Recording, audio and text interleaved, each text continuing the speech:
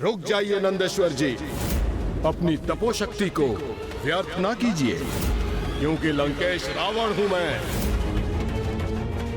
मुझे कोई क्षति नहीं पहुंचा सकता, किंतु यदि मैं चाहूं तो तुम सभी शिवगणों को इसी क्षण मिटा सकता हूं। लंकेश, ये मात्र तुम्हारा भ्रम है कि तुम मुझे अथवा अन्य शिवगणों को कोई क्षति पहुंचा सकते हो।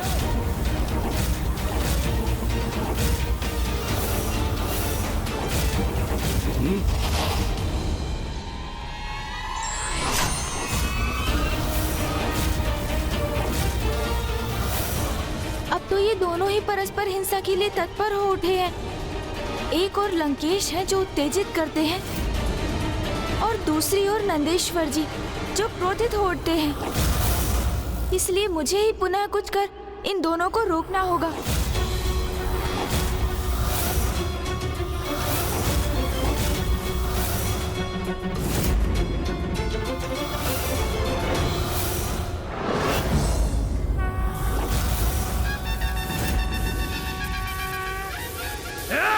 रुक जाइए, सावधान, आप में से कोई भी इस रेखा का उल्लंघन नहीं करेगा।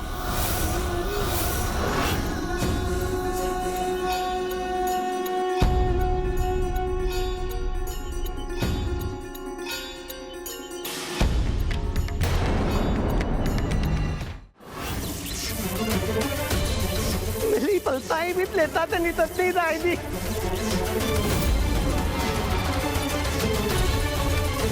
हे गणपति जी, आप इस लंकेश का साथ क्यों दे रहे हैं? मैं यहाँ लंकेश का नहीं, धर्म का साथ दे रहा हूँ नंदेश्वर जी, क्योंकि प्रभु के आत्मलिंग को शक्ति और हिंसा से प्राप्त करना सर्वथा अनुचित है। लंकेश ने तो आपको चुनौती दी थी, जिसे आप पूर्ण कर प्रभु के आत्मलिंग को प्राप्त कर सकते थे, किंतु आप अथवा कोई भी अन्य शिवगण उनके चरणों को नहीं डिगा सके। और कदाचित ये इसलिए हुआ क्योंकि लंकेश जी पर उनके प्रभु महादेव की कृपा है, और उससे भी अधिक जिनके हाथों में प्रभु के आत्मलिंग रूपी शक्ति और दिव्यता स्थित है, तो उन्हें भला पराजित कर भी कौन सकता है। मेरे विचार से आप अपने समस्त प्रयास कर चुके हैं, इसलिए अब आपको यहाँ से प्रस्थान करना चाहिए नंदेश्वर जी। जो अब तक हुआ वो तो प्रभु की इच्छा से ही हुआ, और जो आगे होगा वो भी प्रभु की इच्छा से ही होगा। इसलिए आप सभी का कैलाश लौटना उचित होगा। उचित है।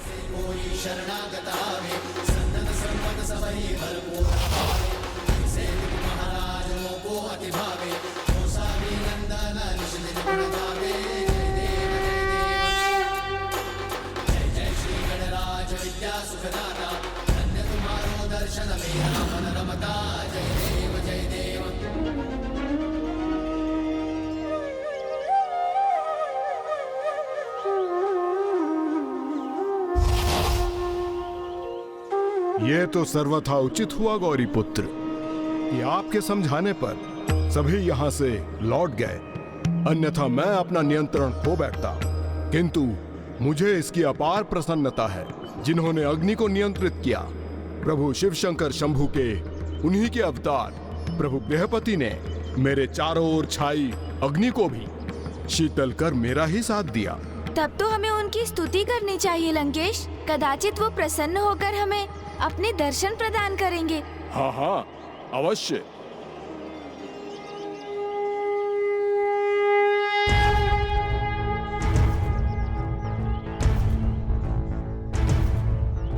त्रयंबकं सदाशिवं नमामि हे उमापति जय नीलकंठ जय अनंत नमोस्तुते नमोस्तुते।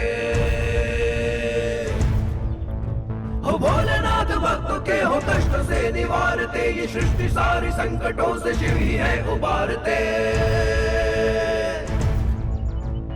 ओम नमः शिवाय, ओम नमः शिवाय, ओम नमः शिवाय, ओम नमः शिवाय, ओम नमः शिवाय, ओम नमः शिवाय।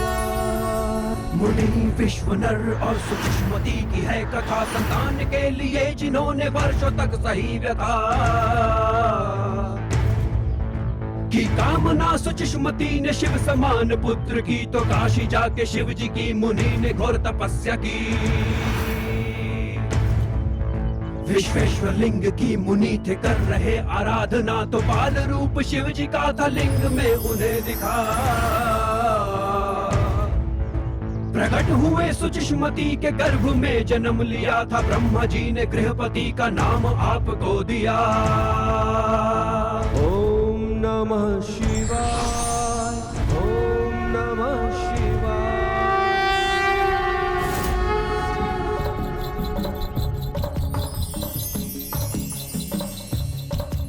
प्रणाम प्रभु गृहपति। प्रणाम।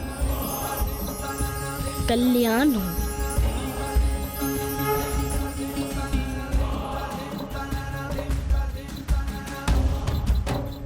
ये तो मेरा परम सौभाग्य है प्रभु कि आपकी मुझ पर प्रत्यक्ष अथवा परोक्ष रूप से अपार कृपा दृष्टि सदैव बनी रहती है, जिसके परिणाम स्वरूप नंदी जी की तपो अग्नि भी शीतल हो गई।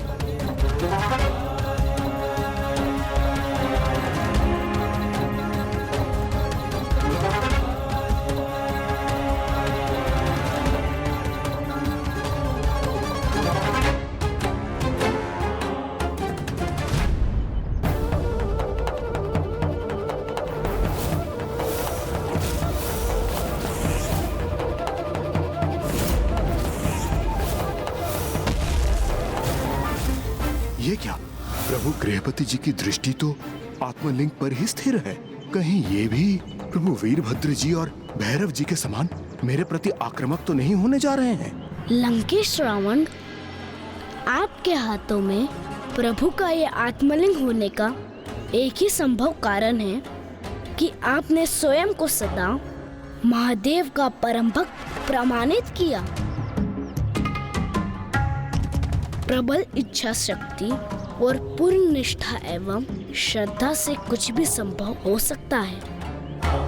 प्रत्येक जीव को कभी भी किसी से वो कदापि नहीं मांगना चाहिए जिसे प्रदान करना देने वाले को कठिन हो, क्योंकि किसी की व्यवस्था के कारण उसे जो प्राप्त होता है वो कभी ना कभी उसके उचित अधिकारी के पास पहुंच जाता है, अथवा जहाँ उसका उचित स्थान होता है वो वहाँ पहुँच जाता है।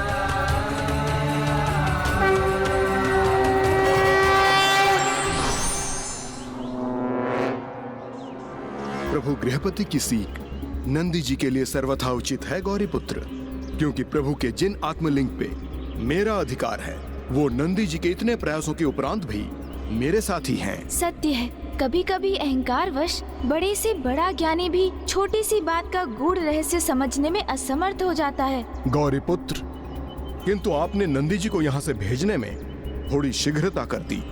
लौटने पर विवश हो गए वो।